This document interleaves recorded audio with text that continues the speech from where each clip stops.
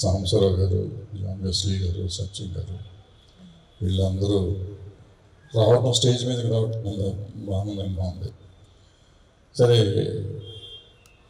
సాంబశివరావు గారు మొదలుపెట్టారు ఎర్రజెండాని గురించి. అజయ్ ఘోష్, సత్యం గారు, వెస్లీ గారు వీళ్ళంతా సాగదీశారు, కంటిన్యూ చేశారు. ఏంటంటే ప్రాబ్లం కాదు, ఏం జరిగిందంటే మాధవ రంగారావు గారు మొదలుపెట్టిన ఉద్యమం టి కృష్ణ గారు, నారాయణమూర్తి గారు స్టార్ట్ చేసి ఏ పరిస్థితి తీసుకెళ్లారంటే తెలుగు సినిమాకి ఎర్రజెండా లేకపోతే తెలుగు సినిమా నడవదేమో అనే పరిస్థితికి వచ్చి అందరి హీరోలు ఎర్రజెండా పట్టుకోవాల్సిన పరిస్థితి వచ్చింది ఒకనొక కాలంలో.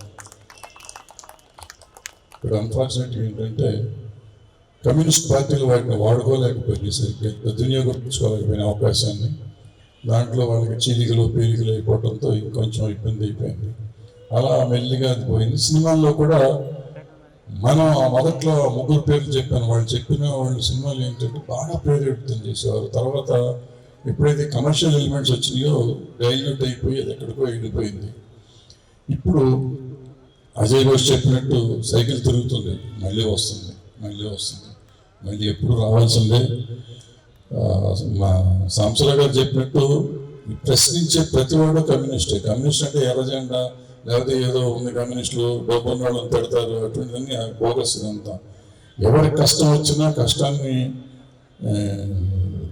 దానికి తీర్చడానికి ప్రయత్నించేవాడు, తీర్చుకుంటానికి ప్రయత్నించేవాడు, ప్రశ్నించేవాడు ప్రతివాడు, ఎక్స్ప్లాయిట్ చేయబడ్డ ప్రతివాడు తిరగబడితే కమ్యూనిస్ట్ అవుతాడు. అంతే తప్ప ఎక్స్ప్లాయిట్ చేసినవాడు అంటే వాడు గొప్ప డబ్బు ఏమన్నా చేసుకోవచ్చు అనే పరిస్థితిలో ఇప్పుడు మనం పెరుగుతున్నాం.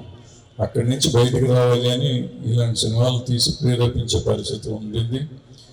అలాగే ప్రేరేపించబడ్డవారు కూడా మన పర్టికులర్గా తెలంగాణ రైతాంగ పోరాటం తీసుకుంటే తెలంగాణ ఈ రోజుకి ఆ రోజుకి కూడా ఎర్రజెండా వల్లే ఇంత ఉద్యమ స్ఫూర్తి ఉంది తెలంగాణలో.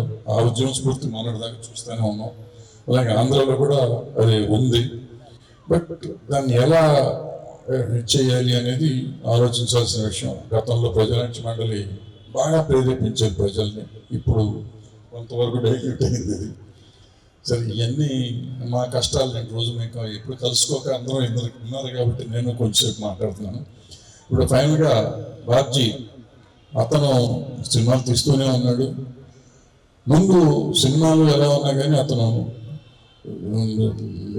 ఏఎస్ఎఫ్ని కానీ లేకపోతే ప్రజానాట్య మండలిని కానీ నమ్ముకొని, పార్టీని నమ్ముకొని, పార్టీ కోసం తన కష్టం కనబడతాడు. ఇండస్ట్రీలో వచ్చి అప్పటి నుంచి నేనున్నాను, అతను వచ్చి నేనే ఉన్నా ప్రజానాట్య మండలి అంటే వీడేవాడు కొత్తగా వచ్చాడు, వీడేం చేస్తాడు అనుకునేవాడిని నేను.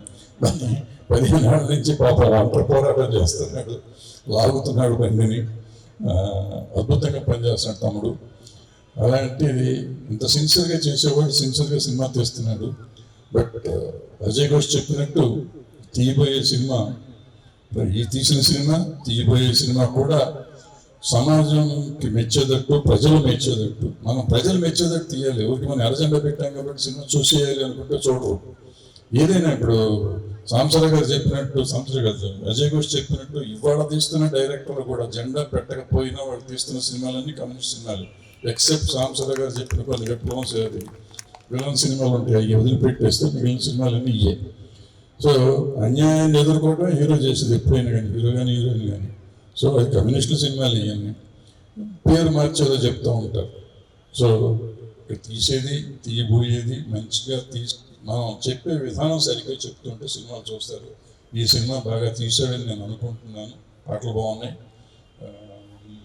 ప్రొడ్యూసర్ గారు జనార్దన్ గారికి, అలాగే వేణు మ్యూజిక్ డైరెక్టర్ అందరికీ సక్సెస్ రావాలి. ఇందులో యాక్ట్ చేసిన వాళ్ళందరికీ, టెక్నీషియన్స్ అందరికీ సక్సెస్ రావాలని కోరుకుంటూ సెలవు తీసుకుంటాను. Thank you.